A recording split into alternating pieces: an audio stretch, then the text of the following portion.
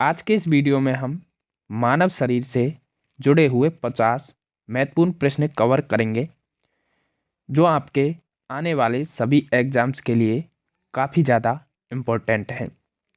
Video को ध्यान से देखिएगा और लास्ट में क्वेश्चन पूछा है मैंने आपसे, जिसका आंसर आपको कमेंट करना है। तो आइए क्लास शुरू करते हैं फर्स्ट क्वेश्चन से। तो हमारा फर्स्ट क्वेश्चन है, मनुष्य 1 मिनट में कितनी बार सांस लेता है? तो इसका आंसर होगा 16 से 18 बार। नेक्स्ट क्वेश्चन है, मस्तिष्क का कौन सा भाग मानव शरीर के आसन और संतुलन को बनाए रखता है? तो इसका राइट आंसर होगा सेरेबेलम। नेक्स्ट क्वेश्चन है, मस्तिष्क के किस भाग में भूख लगने व भोजन से तृप्ति की अनुभूति कराने के केंद्र स्थित होते हैं? तो कहाँ पर होते हैं? हाइपोथैलेमस में। नेक्स्ट क्वेश्चन है, मानव मस्तिष्क में बुद्धि का केंद्र है? तो क्या होगा? सेरेब्रम। नेक्स्ट क्वेश्चन है, मनुष्य के मस्तिष्क का सबसे बड़ा भाग है? तो इसका राइट आंसर होगा प्रमस्तिष्क। मनुष्य के मस्तिष्क का सबसे बड़ा भाग है। अगला क्वेश्चन है, मानव शरीर की सबसे बड़ी कोशिका है? तो सबसे बड़ी कोशिका कौन सी है? तंत्रिका कोशिका। अगला क्वेश्चन है, मनुष्य में मेरुदंड से कितनी जोड़ी तंत्रिकाएं निकलती हैं? तो कितनी? 31। मनुष्य के मेरुदंड से 31 जोड़ी तंत्रिका निकलती हैं। नेक्स्ट क्वेश्चन है, टिबिया नामक हड्डी किस में पाई जाती है? तो टिबिया नामक हड्डी टांग में पाई जाती है। अगला क्वेश्चन है, मानव शरीर के किस अंग की हड्डी सबसे लंबी होती है? तो जांग की हड्डी सबसे लंबी होती है। अगला क्वेश्चन है, वृद्धावस्था में मनुष्य की हड्डियां क्यों कमजोर हो जाती हैं? तो कैल्शियम की कमी के कारण वृद्धावस्था में मनुष्य की हड्डियां कमजोर हो जाती हैं।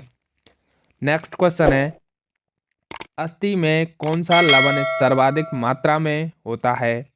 तो कैल्शियम फास्फेट सर्वाधिक मात्रा में होता है। नेक्स्ट क्वेश्चन है, मनुष्य के जीवन काल में कितने दांत 2 बार विकसित होते हैं? तो कितने? 20 दांत मनुष्य के जीवन काल में 2 बार विकसित होते हैं। अगला क्वेश्चन है, मानव शरीर में पाचन का अधिकांश भाग किस अंग में संपन्न होता है? तो वो है छोटी आंत। छोटी आंत में मानव शरीर में पाचन का अधिकांश भाग होता है। अगला क्वेश्चन है, मनुष्य में पाचन क्रिया कहाँ प्रारंभ होती है? तो मुख से मनुष्य में पाचन क्रिया प्रारंभ होती है। अगला क्वेश्चन है, मानव की पाचन नली लगभग कितने फीट लंबी होती है? तो 32 फीट लंबी होती है। अगला क्वेश्चन है, मानव शरीर में उस एंजाइम का नाम बताएं जो कार्बोहाइड्रेट को तोड़ने में मदद करता है? तो एमाइलेज एंजाइम है जो कार्बोहाइड्रेट को तोड़ने में मदद करता है। अगला क्वेश्चन है, दुग्ध प्रोटीन को पचाने वाला एंजाइम है? तो इसका आंसर होगा रेनिन। रेनिन एंजाइम दुग्ध प्रोटीन को पचाने वाला एंजाइम है। अगला क्वेश्चन है, लार में कौन सा एंजाइम पाया जाता है? तो लार में टॉयलिन एंजाइम पाया जाता है। नेक्स्ट क्वेश्चन है, पेट में भोजन को पचाने के लिए निम्नलिखित में से किसकी खास आवश्यकता होती है?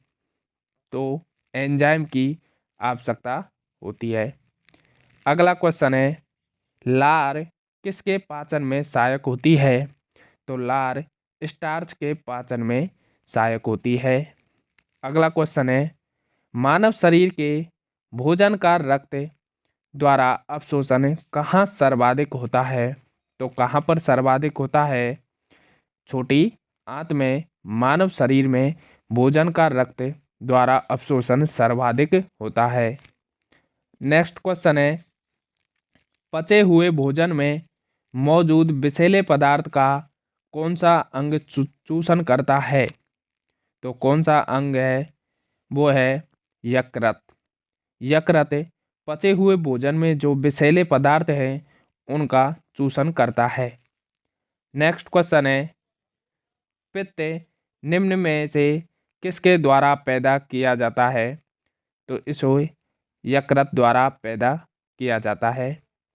नेक्स्ट क्वेश्चन है, पित्त का मुख्य कार्य है? तो पित्त का मुख्य कार्य वसा का पायसीकरण करना है।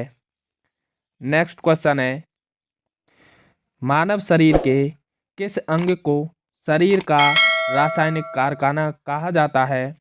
तो यकृत को रासायनिक कारखाना कहा जाता है। अगला क्वेश्चन है, पेस मेकर का कार्य है? तो पेस मेकर का क्या कार्य है? दिल की धड़कन प्रारंभ करना। अगला क्वेश्चन है, रक्तचाप को मापने के लिए किस उपकरण का उपयोग किया जाता है? तो स्फेग्मोमीटर का रक्तचाप को मापने के लिए उपयोग किया जाता है। अगला क्वेश्चन है, मनुष्य के शरीर में हृदय को एक बार धड़कने के लिए कितना समय लगता है? तो कितना समय लगता है? 0.8 सेकेंड। अगला क्वेश्चन है, मानव हृदय में कितने कोष्ठक होते हैं? तो मानव हृदय में 4 कोष्ठक होते हैं। नेक्स्ट क्वेश्चन है, नाड़ी दर कहाँ से मापा जाता है? तो नाड़ी दर वो धमनी से नापा जाता है। अगला क्वेश्चन है, स्वस्थ मानव के शरीर में रक्त की कुल मात्रा कितनी होती है? तो स्वस्थ मानव के शरीर में रक्त की कुल मात्रा शरीर के वजन का 7% होती है। अगला क्वेश्चन है, एक वयस्क में रक्त का औसत आयतन होता है? तो एक वयस्क में रक्त का औसत आयतन है 5 से 6 लीटर होता है। अगला क्वेश्चन है, मानव रुधिर का पीएच कितना होता है? तो मानव रुधिर का पीएच 7.4 होता है। नेक्स्ट क्वेश्चन है, मानव शरीर में रुधिर बैंक का कार्य कौन करता है? मतलब ब्लड बैंक का कार्य कौन करता है? तो तिल्ली या पिलिया मानव शरीर में रुधिर बैंक का कार्य करता है। अगला क्वेश्चन है, रक्त में पाई जाने वाली धातु है? तो रक्त में लोहा पाया जाता है। कौन? लोहा। अगला क्वेश्चन है, मानव शरीर में खून के शुद्धिकरण की प्रक्रिया को कहते हैं? तो खून के शुद्धिकरण की प्रक्रिया को डायलिसिस कहते हैं। अगला क्वेश्चन है, रक्त में लाल रंग निम्न में किसके कारण होता है? तो लाल रंग हीमोग्लोबिन के कारण होता है। अगला क्वेश्चन है, हमारे शरीर की कौन सी कोशिकाएं मानव शरीर के सैनिकों के रूप में प्रसिद्ध हैं? तो श्वेत रक्त कणिकाएं शरीर की मानव शरीर के सैनिक के रूप में प्रसिद्ध हैं। अगला क्वेश्चन है, एक वयस्क मानव शरीर में हड्डियां कितनी होती हैं? तो वयस्क मानव शरीर में हड्डियों की संख्या 206 होती है। अगला क्वेश्चन है, नवजात शिशुओं में हड्डियों की संख्या लगभग कितनी होती है? तो नवजात शिशु में 300 के लगभग होती है। अगला क्वेश्चन है, मनुष्य की खोपड़ी में कितनी अस्थियां होती हैं? तो मनुष्य की खोपड़ी में 8 अस्थियां होती हैं। अगला क्वेश्चन है, मनुष्य के शरीर में पसलियों के कितने जोड़े होते हैं? तो मनुष्य के जो शरीर में पसलियों के जोड़े 12 होते हैं। अगला क्वेश्चन है, शरीर की सर्वाधिक प्रबल अस्थि होती है, तो सर्वाधिक प्रबल अस्थि जबड़े की होती है। अगला क्वेश्चन है, मानव शरीर के किस भाग में सबसे छोटी हड्डी होती है, तो कान में सबसे छोटी हड्डी पाई जाती है। अगला क्वेश्चन है, मानव शरीर की सबसे लंबी हड्डी है, तो मानव शरीर की सबसे लंबी हड्डी जांघ की हड्डी होती है, फीमर। अगला क्वेश्चन है, ह्यूमरस अस्थि कहाँ पाई जाती है, तो ह्यूमरस अस्थि है ऊपरी भुजा में पाई जाती है। अगला क्वेश्चन है, हमारी छोड़ी हुई सांस की हवा में CO2 की मात्रा लगभग कितनी होती है, तो 4% होती है CO2 की मात्रा। अगला क्वेश्चन है, मूत्र का पीला रंग किसकी मौजूदगी के कारण होता है, तो मूत्र का जो पीला रंग है यूरोक्रोम की मौजूदगी के कारण होता है। अगला क्वेश्चन है, कृत्रिम गुर्दा निम्नलिखित में से किस सिद्धांत पर कार्य करता है, तो जो कृत्रिम गुर्दा है वो डायलिसिस के सिद्धांत पर कार्य करता है। नेक्स्ट क्वेश्चन है, गर्भाशय में विकसित हो रहे भ्रूण को किस संरचना द्वारा पोषण मिलता है, तो उसे प्लेसेंटा के द्वारा पोषण मिलता है। इस क्वेश्चन का आंसर आपको कमेंट करना है कि गर्भाशय में शिशु के विकास की जानकारी हेतु किसका प्रयोग किया जाता है। आई होप, आशा करता हूँ साथियों, यह वीडियो आपको पसंद आया होगा।